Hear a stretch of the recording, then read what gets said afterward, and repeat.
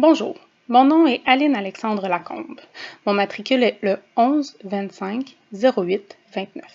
Pour la question 1, les deux obligations que l'employeur est tenu de respecter. Premièrement, il doit en parler, s'assurer de mettre en place des moyens raisonnables visant à prévenir le harcèlement. Deuxièmement, il doit agir, faire cesser le harcèlement lorsqu'une situation est portée à sa connaissance. Pour la question 2, décrire 3 grandes mesures que l'employeur aurait dû prendre. Premièrement, il aurait dû intervenir. Personne n'a intervenu lorsque François en a parlé, surtout quand il en a parlé au directeur du département.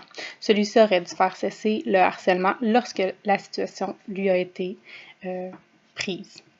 Mais au lieu, il l'a découragé, a découragé François en lui mentionnant que la compagnie voulait des combatifs et des gens qui ont ce qu'il faut pour le poste. Deuxièmement, il doit avoir une sensibilisation au harcèlement dès le début de l'entrée des jeunes diplômés. Car dans ce milieu très compétitif où les gens doivent être combatifs, il doit y avoir une différence claire entre ce que le travail demande et le fait d'intimider les autres et surtout ce que la compagnie accepte ou pas. 3. Il aurait dû avoir du soutien. Personne n'a parlé à François, l'a rencontré, s'est occupé de lui quand ils ont vu qu'il y avait de plus en plus de problèmes, qu'il bégayait de plus en plus, qu'il s'isolait quand son comportement a changé. La personne qui est en charge des nouveaux diplômés aurait dû s'en rendre compte.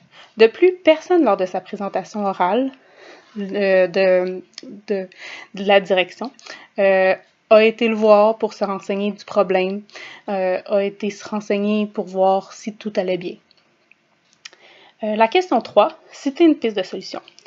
Un soutien psychologique devrait être donné à François pour l'enlever de son isolement, pour augmenter son estime de soi à cause de son problème et surtout pour l'aider à améliorer son problème de bégaiement qui a été aggravé suite à l'harcèlement.